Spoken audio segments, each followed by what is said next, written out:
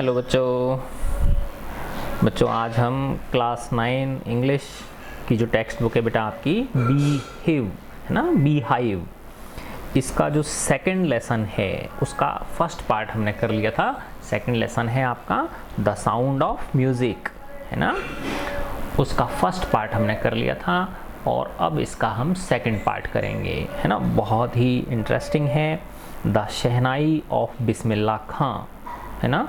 आप लोगों ने नाम सुना होगा बेटा, बिस्मिल्लाह जो खां हैं, बिस्मिल्लाह खां बहुत बड़े हमारे देश के शहनाई के उस्ताद रहे हैं ये, है ना। भारत रत्न से सम्मानित किया गया था इनको बेटा, और इतनी प्यारी शहनाई बजाते थे कि जो श्रोता थे वो सब मंत्रमुग्ध हो जाते थे, है ना। तो ये सारे जो चित्र हैं, देखो ये चित्र हैं, ये सब किन के हैं बेटा, ये अपने अपने क्षेत्र में, है ना, जो विभिन्न प्रकार के वाद्य यंत्र होते हैं, है ना, उनमें जो महारत हासिल किए हुए लोगों के ये चित्र हैं। तो देखो इसमें ढूंढने की कोशिश करो, शहनाई उस्ताद कहाँ हैं, ये रहे, ये उस्ताद बिस्मिल्लाह खां हैं, ठीक है ना। तो मैं आपको सबसे पहले बिस्मिल्लाह खां की शहनाई सुनाता हूँ, ठीक है।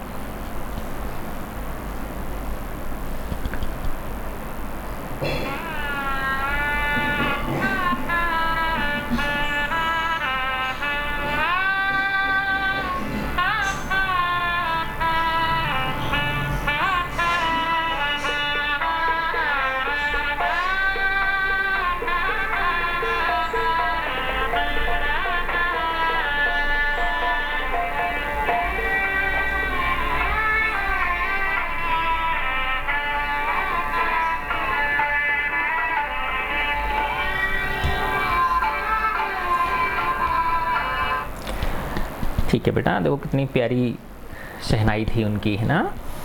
अब हम पढ़ते हैं, डू यू नो, क्या आप जानते हो, दीज पीपुल, इन लोगों को, है ना। What instruments do they play, कौन से वाद्य यंत्र, है ना। इंस्ट्रूमेंट वैसे बेटा उपकरण को बोलते हैं हम, है ना, लेकिन यहाँ पे क्या अर्थ है इसका, वाद्य यंत्र, बजाने वाले जो यंत्र होते हैं वो, ठीक है ना, स्वर यंत्र। डू दे प्ले, वो बजाते हैं, प्ले यानी वैसे खेलना होता है, लेकिन यहाँ पे क्या अर्थ है, प्ले यानी बजाना, है ना। तो what instruments do they play, कौन से इंस्ट्रूमेंट्स वो बजाते हैं, ठीक है ना। थिंक ऑफ द शहनाई, शहनाई के बारे में सोचिए, and the first thing you will probably imagine, और जो सबसे पहली चीज़ जो तुम संभवतया कल्पना करोगे, इज़ ए वेडिंग, है ना। तुमने देखा होगा बेटा, जो शादी होती है ना, तो बाहर जो जहाँ एंट्रेंस गेट होता है वहाँ पे एक तरफ कोने में वो लगा के तख्त पे बैठे रहते हैं, है ना, म्यूजिशियन जो होते हैं, और वो शहनाई बजा रहे होते हैं। इन इज ए वेडिंग और ए सिमिलर ओकेजन और फंक्शन, या इसी प्रकार का कोई अवसर या function. The next would probably be उस्ताद बिस्मिल्लाह खां, तो पहली चीज़ शहनाई के नाम से जब आप कल्पना करोगे तो पहली चीज़ तो क्या आएगी आपके दिमाग में, वेडिंग आएगी, शादी आएगी, और दूसरी चीज़ जो आएगी वो आएगी उस्ताद बिस्मिल्लाह खां। द शहनाई माइस्ट्रो, माइस्ट्रो बोलते हैं इसको बेटा, है ना। माइस्ट्रो का मतलब होता है उस्ताद, शहनाई उस्ताद जो अपने फील्ड में क्या हो, बहुत ही मास्टर हों उनको, है ना। The shehnai maestro playing the instrument, इस वाद्य यंत्र को बजाते हुए की छवि आपके मस्तिष्क में आएगी। एम्परर औरंगजेब, जो शासक था Aurangzeb, banned the playing of a musical instrument called pungi in the royal residence for it had a shrill unpleasant sound. तो जो बेटा औरंगजेब थे, है ना, जो शासक थे, मुगल शासक औरंगजेब, उन्होंने अपने राज दरबार में जो पुंगी थी, है ना, उसको बजाने पे क्या लगा दी थी, पाबंदी लगा दी थी, है ना। पुंगी जो है वो बहुत वैसी, जैसे इसे मानो आप, जैसे बीन होती है ना, जैसे सपेरा जो बीन बजाता है, उसी प्रकार की बहुत तीखी आवाज़ निकलती है उसके अंदर से। तो औरंगजेब ने उस पर क्या लगा दी थी, रोक लगा दी थी।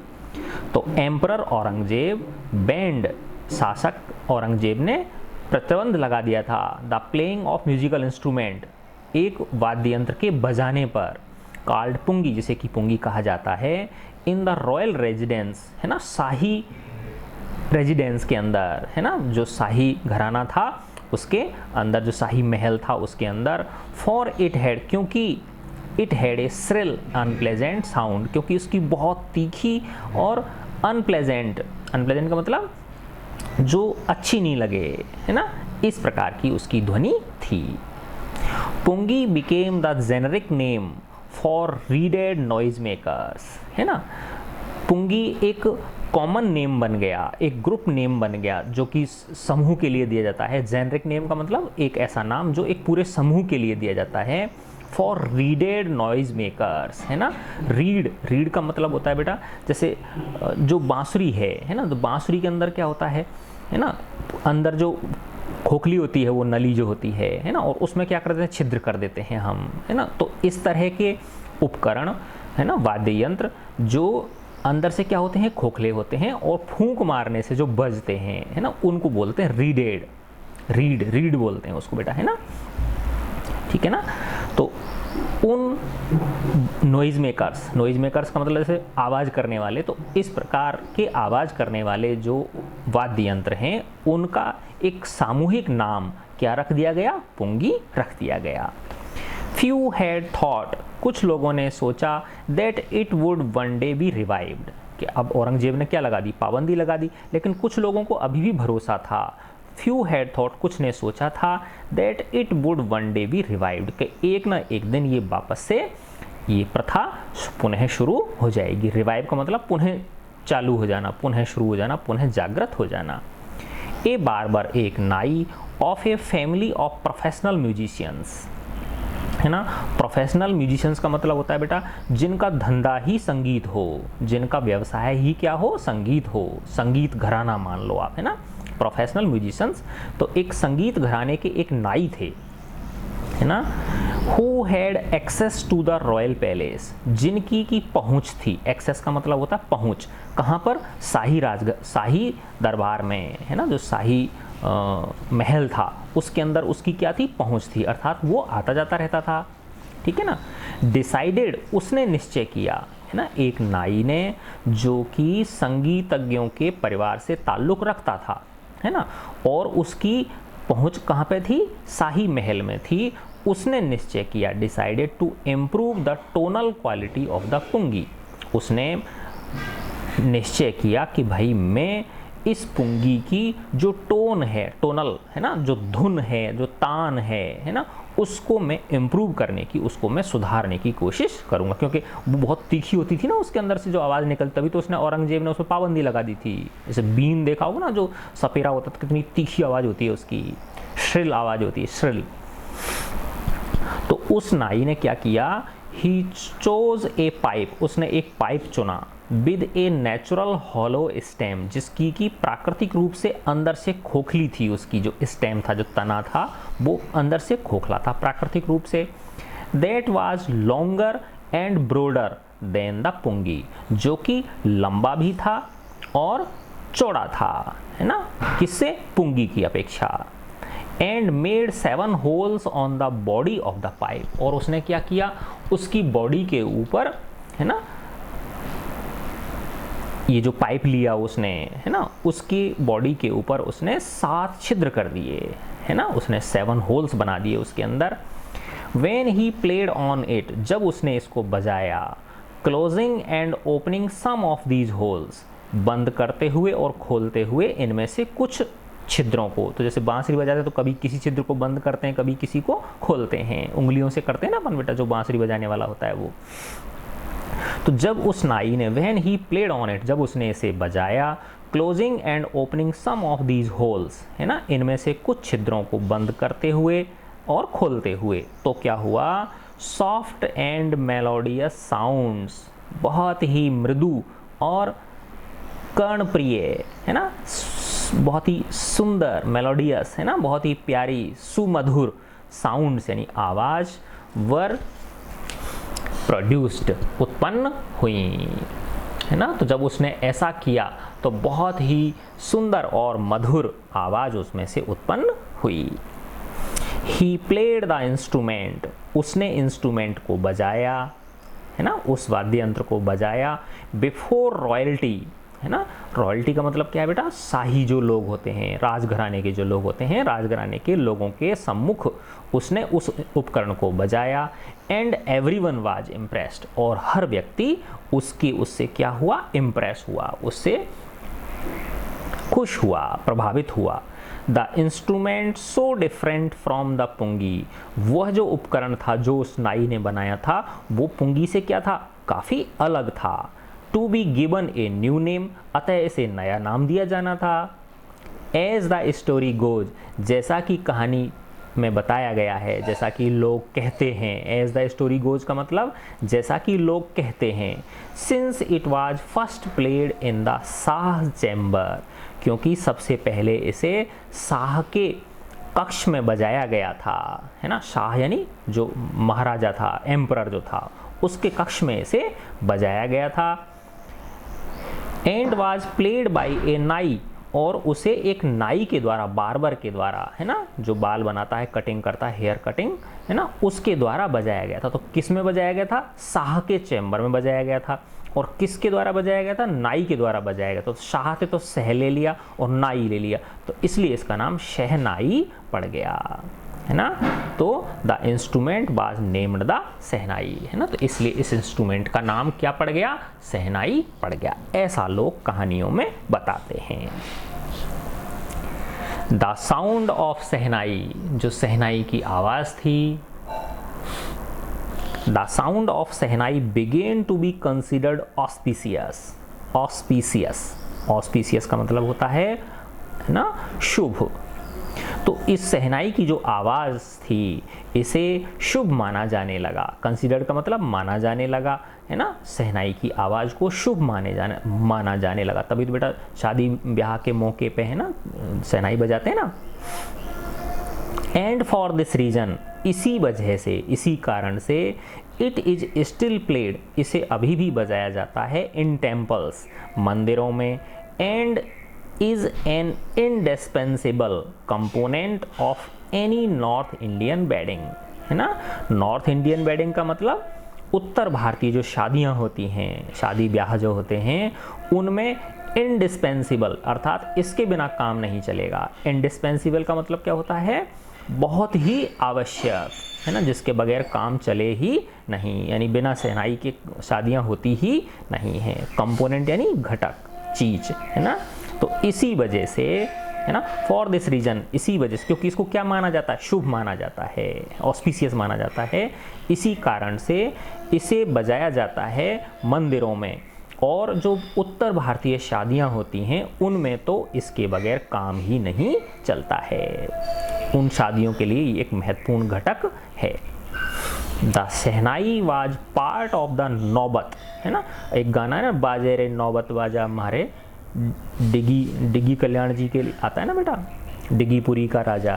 तो नौबत का मतलब होता है बेटा जिसमें 9 इंस्ट्रूमेंट होते हैं, है ना। जैसे तुमने बैंड बाजा देखा होगा ना, तो उसमें भी तरह तरह के इंस्ट्रूमेंट्स होते हैं। तो नौबत बाजे में कितने प्रकार के इंस्ट्रूमेंट बजाए जाते हैं, 9 प्रकार के इंस्ट्रूमेंट बजाए जाते हैं, इसीलिए उसको नौबत कहा जाता है। तो इन द पास्ट, है ना, प्राचीन काल में, the shehnai was part of the नौबत, है ना, या पूर्व काल में शहनाई जो थी वो जो traditional ensemble of 9 instruments found at royal courts, है ना, जो शाही दरबार हुआ करते थे, है ना, राजा के जो दरबार हुआ करते थे, उनके अंदर, है ना, जो पारंपरिक संगोष्ठी होती थी। एनसेम्बल का मतलब, है ना, ग्रुप होता था 9 उपकरणों का, है ना। तो उसको क्या कहा जाता था, नौबत कहा जाता था, उसका ये शहनाई एक हिस्सा थी। तो इन द पास्ट, पूर्व में, the shehnai was part of the नौबत और ट्रेडिशनल एनसेम्बल ऑफ 9 इंस्ट्रूमेंट। तो ये जो शहनाई है, ये नौबत जो बाजा होता था, है ना, जो पारंपरिक 9 इंस्ट्रूमेंट्स का क्या होता था, समूह होता था, जो कि कहाँ पे बजाया जाता था, फाउंड एट रॉयल कोर्ट, जो शाही राज दरबार में बजाया जाता था। टिल रिसेंटली, अभी तक, यानी अभी समय तक, it was used only in temples and weddings, है ना, यानी अभी कुछ 100 वर्षों तक, ऐसे मान लो आप, till recently it was used only in temples and weddings, इसे सिर्फ मंदिरों में और शादियों में ही उपयोग में लिया जाता था। द क्रेडिट, लेकिन लेखक कहना चाह रहे हैं, लेकिन यानी कह रहे हैं कि भाई इसको ज़्यादा यूज़ में नहीं लेते थे शहनाई को, है ना, बस खाली मंदिरों में बजती थी या वेडिंग्स में बजती थी। लेकिन जब से इस क्षेत्र में उस्ताद बिस्मिल्लाह खां आए तो उन्होंने इसको बहुत ज़्यादा पॉपुलर बना दिया, पूरे विश्व में शहनाई को क्या कर दिया उन्होंने, लोकप्रिय बना दिया। तो till recently it was used only in temples and weddings, ठीक है ना। The credit for bringing this instrument on to the classical stage, classical stage का मतलब होता है बेटा शास्त्रीय जो संगीत होता है उस स्टेज पर लाने में गोज टू उस्ताद बिस्मिल्लाह खां, है ना। तो जो क्लासिकल स्टेज है ना, जो प्राचीन है ना, जो भारतीय शास्त्रीय परंपरा है उसके पटल पर इसे स्थापित करने का जो क्रेडिट है, श्रेय है, क्रेडिट का मतलब क्या होता है, श्रेय है ना। ब्रिंगिंग दिस इंस्ट्रूमेंट, इस उपकरण को भारतीय शास्त्रीय संगीत की परंपरा में उसके पटल पर लाने का श्रेय किनको दिया जाता है, उस्ताद बिस्मिल्लाह खां को दिया जाता है ना। यानी इन्होंने ही इसे क्या बनाया था, बहुत ज़्यादा पॉपुलर बनाया था। एज ए 5 ईयर ओल्ड, जब वो उस्ताद बिस्मिल्लाह खां 5 वर्ष के थे, बिस्मिल्लाह खां प्लेड गिल्ली डंडा नियर ए पॉन्ड, तो वो एक तालाब के किनारे गिल्ली डंडा खेलते थे। खेल होता है ना, बच्चे खेलते हैं, है ना, एक गिल्ली होती है और डंडे से मारते हैं उसमें, है ना।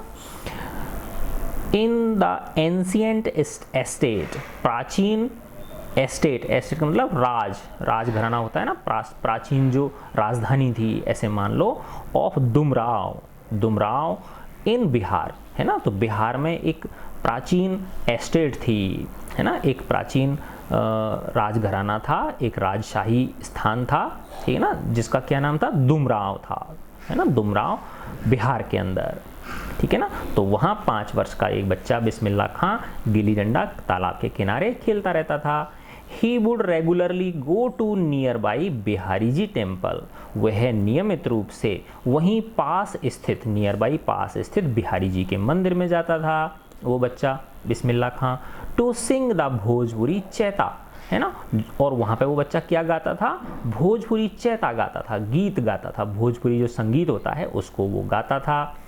At the end of which, और जब अंत में, है ना, जब वो भोजपुरी चैत को बिहारी जी के मंदिर में, जब वो भोजपुरी जो है ना चैत को गा लेता था, भोजपुरी गीत होते हैं ना बेटा, उसको जब वो गा लेता था तो फिर उसे which he would earn a big laddu weighing 1.25 kg, तो उसे 1.25 किलो का लड्डू मिलता था, है ना। तो ही वुड अर्न, तो वो कमाता था 1.25 किलो का लड्डू, अर्थात जब वो जो बच्चा था 5 वर्ष का बिस्मिल्लाह खां, है ना, पास ही के बिहारी जी के मंदिर में, कहाँ पर, दुमराव में, बिहार के अंदर एक दुमराव जगह है, वहाँ पर जब वो बिहारी जी के मंदिर में भोजपुरी चैत का गीत गाता था तो वहाँ के लोकल महाराजा द्वारा, है ना, prize given by the local maharaja, तो वहाँ के जो स्थानीय महाराजा थे उनके द्वारा इस बच्चे को बिस्मिल्लाह खां को 1.25 किलो का लड्डू इनाम में दिया जाता था। दिस हैपन्ड 80 ईयर्स एगो, ये 80 वर्ष पहले की घटना है ना। दिस हैपन्ड 80 ईयर्स एगो, ये घटना कितने वर्ष पुरानी है, 80 वर्ष पुरानी है। एंड द लिटिल बॉय, और ये छोटा बच्चा, हैड ट्रेवल्ड फार टू, है ना बेटा, इनकी पूरे विश्व में ख्याति थी उस उस्ताद बिस्मिल्लाह खां की, इन्होंने पूरे संसार के अंदर अपनी जो संगीत की जो कंसर्ट थी वो इन्होंने दी थी, अपनी संगीत का जो परफॉर्मेंस दी थी वो वहाँ जा के विभिन्न देशों में दी थी, तो उनको पूरी दुनिया जानती थी। तो यही कहना चाह रहे हैं लेखक कि दिस हैपन्ड 80 ईयर्स एगो, ये 80 वर्ष पुरानी घटना है। और ये जो छोटा बच्चा था has travelled far to earn the highest civilian award of India, जिसको कि भारत का सबसे बड़ा सर्वोच्च नागरिक पुरस्कार, सिविलियन अवार्ड यानी नागरिक पुरस्कार, और वो क्या होता है, द भारत रत्न, है ना। तो यानी एक छोटे से है ना, डुमराव जो जगह थी बिहार में, वहाँ का एक बच्चा है ना, जो कि एक लड्डू के 1.25 किलो लड्डू के लिए गीत गा मतलब चैत, भोजपुरी चैत गाता था, है ना, वो बाद में चल के भारत का सबसे बड़ा जो सिविलियन अवार्ड होता है, नागरिक जो अवार्ड होता है भारत रत्न, उसको प्राप्त करने का अधिकारी बना, वो उसने प्राप्त किया। बॉर्न ऑन 21 मार्च, 21 मार्च 1916 में जन्मे Bismillah belongs to a well known family of musicians from Bihar, है ना। तो 21 मार्च 1916 में जन्मे बिस्मिल्लाह खां बिहार के एक वेल नोन म्यूजिशियंस की फैमिली से वो बिलोंग करते थे, अर्थात उनकी जो फादर थे, उनके जो फोर फादर्स थे, पूर्वज थे, उनकी पहले से ही ये बेटा संगीत की परंपरा उनकी रही थी। तो एक संगीत परंपरा वाले घर में 21 मार्च 1916 को बिहार में बता ना डुमराव, वहाँ पर बिस्मिल्लाह खां का जन्म हुआ। हिज ग्रैंडफादर, उनके दादाजी रसूल बख्श खां, अब देखो ये बख्श है ना, बख्श जो है ना, बक्सर जो है ना बेटा, ये बिहार के अंदर है ये, है ना, तो इसीलिए उसका नाम है बख्श, सर नेम है ये, है ना। तो हिज ग्रैंडफादर रसूल बख्श खां, उनके दादाजी Rasool Bakhsh Khan was the shehnai nawaz of Bhojpur king's court, जो भोजपुर राजा का जो दरबार था, शाही दरबार था, उसमें वो सहनाई नवाज थे, यानी वो सहनाई बजाया करते थे। हिज फादर पैगंबर बख्श, और उनके पिता बिस्मिल्लाह खां के जो पिता थे उनका क्या नाम था, पैगंबर बख्श था। And other paternal ancestors, paternal का मतलब होता है बेटा दो चीज़ होती है, देखो एक तो होता है पैटर्नल और एक होता है मैटरनल। पैटर्नल का मतलब होता है जो पापा की तरफ से होते हैं, और मैटरनल का मतलब होता है जो मम्मी की तरफ से होते हैं। तो पैटर्नल में कौन आ गया, दादाजी आ गए, दादी आ गई, है ना, और दादाजी के पापा आ गए, दादाजी की मम्मी आ गई, फिर उनके पापा मम्मी। और मैटरनल का मतलब होता है मम्मी की तरफ से जो होते हैं, यानी नाना जी आ गए, नानी आ गई, फिर नाना जी के पिताजी, है ना, माताजी, नानी जी के पिताजी माताजी, तो वो मैटरनल साइड के हो गए, ठीक है ना। तो ये कहना चाह रहे हैं हिज फादर पैगंबर बख्श, उनके जो पिता थे पैगंबर बख्श, और अन्य जो एंड अदर पैटर्नल एंसेस्टर्स, और अन्य जो उनके पिताजी के जो परंपरा के जो पूर्वज थे, were also great shehnai players, वो भी महान सहनाई प्लेयर्स थे, बहुत श्रेष्ठ सहनाई बजाते थे। The young boy took to music early in life, इस यंग बॉय छोटे बच्चे का, है ना, यंग का मतलब जवान होता है वैसे, है ना, लेकिन यहाँ पे यंग बॉय जब लग जाता है तो क्या बन जाता है, छोटा बच्चा, है ना। The young boy took to music early in life, इस छोटे बच्चे ने संगीत को शुरू में ही, बाल्यकाल में ही अपना लिया। एट द एज ऑफ 3, है ना, 3 वर्ष की उम्र में, when his mother took him to his maternal uncle's house in Banaras, जब वो 3 वर्ष के थे तो उनकी जो मम्मी थी, है ना, बिस्मिल्लाह खां साहब की, वो उनको अपने मामा जी के घर, मैटरनल अंकल का मतलब मामा जी का घर था बनारस में, नाउ वाराणसी, पहले बनारस बोलते थे हम, है ना, और अब इसका नाम बदल के क्या हो गया है, वाराणसी हो गया है, ठीक है ना। तो जब उस्ताद बिस्मिल्लाह खां 3 वर्ष के थे तो उनकी जो मम्मी थी वो उनको मामा जी के यहाँ ले गई, मैटरनल अंकल का मतलब क्या हो गया, मामा जी के घर पे ले गई बनारस के अंदर। बिस्मिल्लाह वाज फैसिनेटेड, तो वहाँ पर बिस्मिल्लाह खां बहुत ज़्यादा रोमांचित हो गए। फैसिनेटेड का मतलब क्या होता है, फैसिनेट यानी रोमांचित होना, तो बहुत ज़्यादा रोमांचित हो गए उस्ताद बिस्मिल्लाह खां, 3 वर्ष के ही थे उस समय वो, watching his uncles practise the shehnai, है ना, कि उनके जो मामा थे, है ना, वो किसकी प्रैक्टिस कर रहे थे, शहनाई बजाने की प्रैक्टिस कर रहे थे, रियाज कर रहे थे वो, तो उनको देखकर वो बहुत ज़्यादा रोमांचित हो गए। सून बिस्मिल्लाह स्टार्टेड अकॉम्पेनिंग हिज अंकल अली बख्श, है ना, तो वो मामा जो थे इनके अली बख्श, है ना, उनके साथ जाना उन्होंने शुरू कर दिया। तो जल्दी ही बिस्मिल्लाह खां ने शुरू कर दिया साथ जाना। अकॉम्पनिंग का मतलब क्या होगा, अकम्पनी मतलब साथ जाना। हिज अंकल अली बख्श, अपने जो मामा थे अली बख्श, उनके साथ उन्होंने जाना शुरू कर दिया। कहाँ पर? To the Vishnu temple of Banaras, Banaras के विष्णु मंदिर में। वेयर, जहाँ पर कि बख्श बाज एम्प्लॉयड, जहाँ पर कि बख्श की नौकरी थी। टू प्ले द शहनाई, शहनाई बजाने की, अर्थात एक विष्णु मंदिर था, वहाँ पर जो इनके मामा थे अली बख्श साहब, वो क्या करते थे? वहाँ शहनाई बजाने की नौकरी करते थे। Ali Bakhsh would play the shehnai and Bismillah would sit captivated for hours on end. Ali Bakhsh would play the shehnai, तो उस विष्णु मंदिर में जो अली बख्श मामा जी थे इनके, वो तो शहनाई बजाते थे, और ये जो छोटा बच्चा था बिस्मिल्लाह वुड सिट कैप्टिवेटेड, बैठे रहते थे मंत्र मुग्ध होकर। कैप्टिवेटेड का मतलब होता है सुध बुध खोकर, मंत्र मुग्ध होकर बैठे रहते थे। 4 आवर्स, घंटों घंटों बैठे रहते थे, ऑन एंड, लास्ट तक, है ना, यानी इतना उनको आनंद आता था शहनाई सुनने में। स्लोली, धीरे धीरे, ही स्टार्टेड गेटिंग लेसन्स, उन्होंने भी पाठ पढ़ना शुरू कर दिया, अर्थात बजाना उन्होंने शुरू कर दिया। इन प्लेइंग द इंस्ट्रूमेंट, है ना, इस उपकरण को, इस शहनाई को बजाने के लेसन उन्होंने लेने शुरू कर दिए। अपने मामा जी से हेल्प लेना शुरू कर दिया, पूछना शुरू कर दिया वो कैसे बजाते हैं, तो है ना। तो स्लोली, धीरे धीरे, he started getting lessons in playing the instrument, तो जल्दी ही उन्होंने इस उपकरण को बजाने के लिए अपने मामा जी से हेल्प लेना शुरू कर दिया, सीखना शुरू कर दिया। एंड वुड सिट प्रैक्टिसिंग, और वो बैठे बैठे प्रैक्टिस करते रहते थे। थ्रू आउट द डे, पूरे दिन भर बैठकर क्या करते रहते थे? रियाज करते रहते थे, प्रैक्टिस करते रहते थे।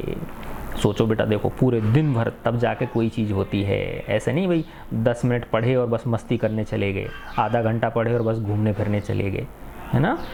बेटा कोई भी चीज़ जो है ना वो ऐसे ही हासिल नहीं होती, है ना। तुम लोगों का यही तो है ना, थोड़ी देर किया और फिर इधर उधर भाग जाएंगे, ऐसा नहीं करना है, ठीक है ना। देखो बेटा ये पूरे दिन भर प्रैक्टिस करते रहते थे शहनाई बजाने की, सोचो तुम लोग, है ना। तो इसलिए बेटा मन लगा के पढ़ाई किया करो, है ना। तो he started getting lessons in playing the instrument, उन्होंने अपने मामा से इस इंस्ट्रूमेंट को बजाने के लिए ट्रेनिंग लेना शुरू कर दिया, और वो बैठे रहते थे practising throughout the day, practice करते करते पूरे दिन भर। For years to come the temple of Balaji and Mangla Maiya and the banks of the Ganga became the young apprentice's favorite haunts where he could practice in solitude, है ना। देखो अब इसमें एक ये नया शब्द आया है सॉलिट्यूड। सॉलिट्यूड का मतलब होता है बेटा एकांत, ठीक है ना। एक है अप्रेंटिस, अप्रेंटिस का मतलब जैसे कोई चीज़ सीख रहा होता है कोई व्यक्ति, है ना, तो जो ट्रेनिंग ले रहा होता है उसको अप्रेंटिस बोलते हैं, है ना। प्रशिक्षण जो ले रहा होता है, प्रशिक्षु जो होता है उसको ये बोलते हैं, ठीक है ना।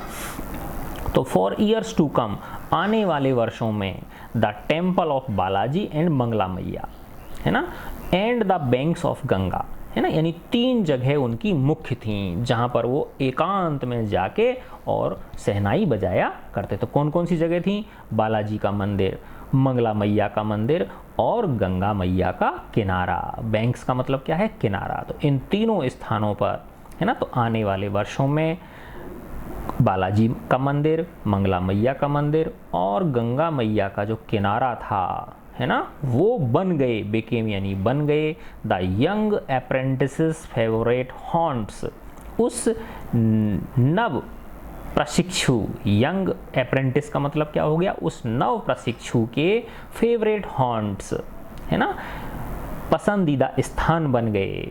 Where he could practise in solitude, जहाँ पर कि वो एकांत में बैठ के क्या कर सकते थे? प्रैक्टिस कर सकते थे। तो इन 3 जगहों पर जाके वो एकांत में बैठ के क्या किया करते थे?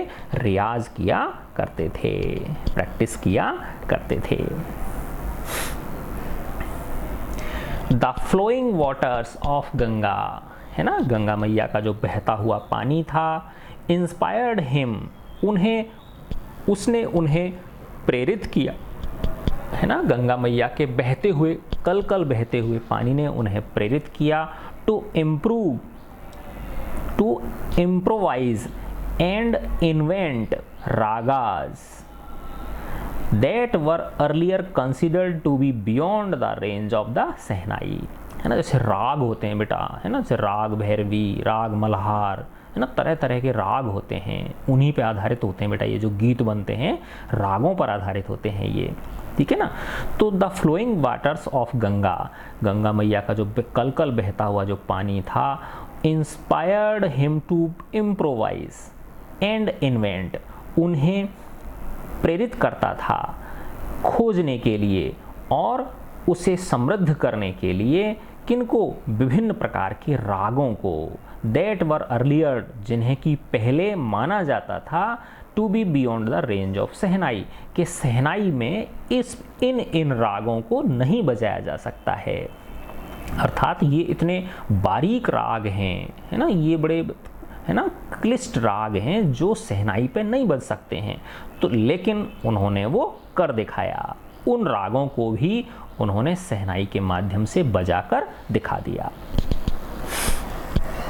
एट द एज ऑफ 14, जब वो 14 वर्ष के थे, Bismillah accompanied his uncle to the Allahabad music conference, तो बिस्मिल्लाह साथ गए, है ना, साथ चल दिए अपने अंकल के, अपने मामा जी के, to the Allahabad music conference, Allahabad के अंदर एक संगीत की कॉन्फ्रेंस हो रही थी, एक संगीत सभा हो रही थी इलाहाबाद के अंदर, तो उसमें वो चल दिए।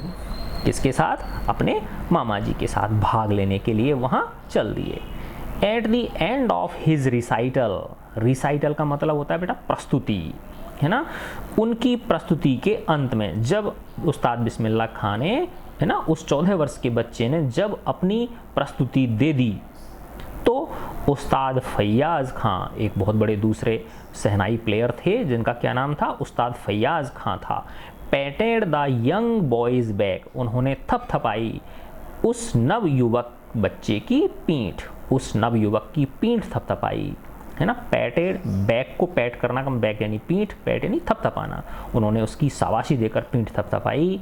एंड सेड, और कहा, वर्क हार्ड, तुम कठोर मेहनत करो, and you shall make it, और तुम इसे संभव कर पाओगे, है ना। मेहनत, कठिन मेहनत करो, कड़ी मेहनत करो और तुम इसे संभव कर पाओगे, यानी जो तुम चाहते हो वो उस तरह का तुम बजाना सीख जाओगे, उस तरह के राग तुम निकालना सीख जाओगे।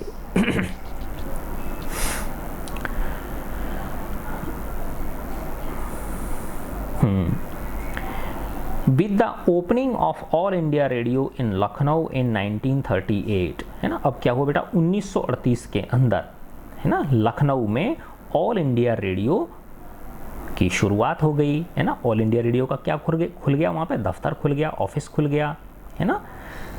केम बिस्मिल्लाह बिग ब्रेक, है ना, तो उसके साथ ही बिस्मिल्लाह को एक बिग ब्रेक मिला, बड़ा ब्रेक मिला।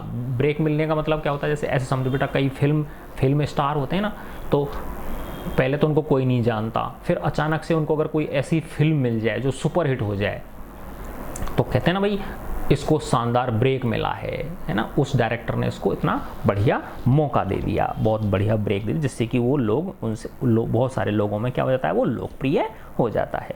तो इसी प्रकार से जब 1938 के अंदर लखनऊ में ऑल इंडिया रेडियो, है ना, समाचार आता है जैसे ऑल इंडिया रेडियो पे गाने, पहले तो बेटा टीवी तो हुआ नहीं करती थी उस ज़माने में, सिर्फ संगीत किस पे सुनने को मिलता था, ऑल इंडिया रेडियो पे ही सुनने को मिलता था।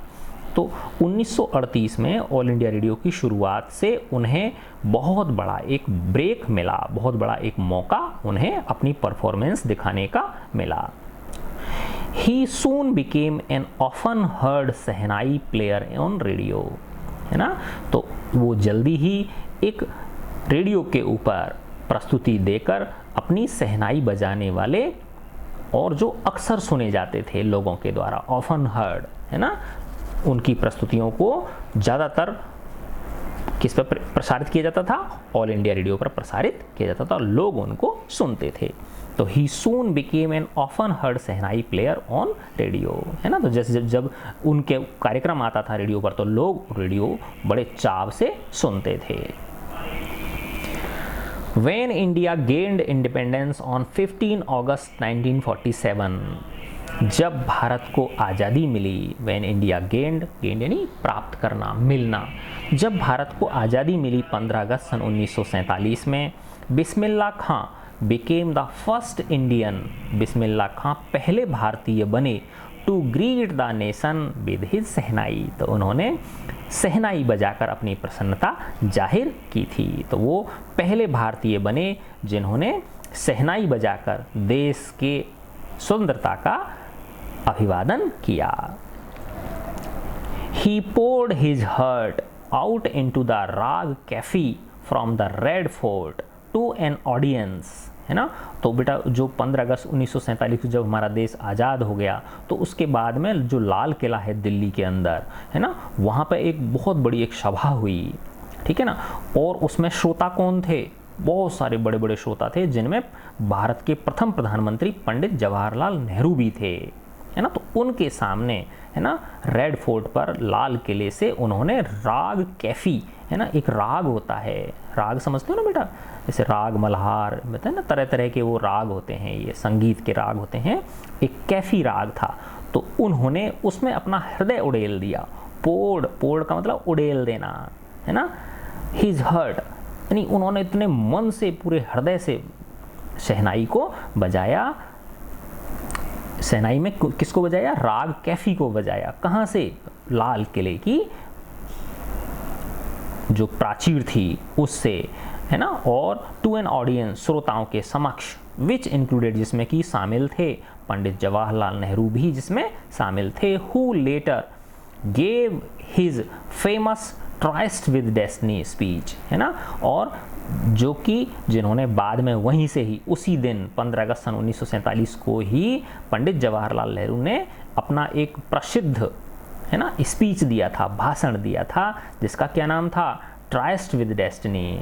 ट्राइस्ट का मतलब होता है मुलाकात, और डेस्टिनी का मतलब भाग्य, भाग्य से गुप्त मुलाकात, है ना। ये उनके भाषण का शीर्षक था, है ना।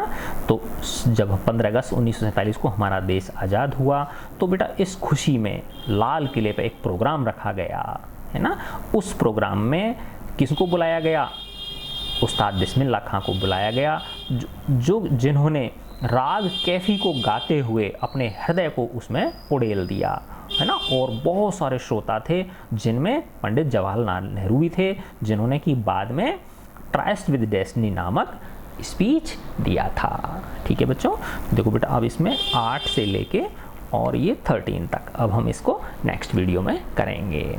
ठीक है, अच्छा लगा आपको? बहुत अच्छा बेटा, गॉड ब्लेस यू ऑल।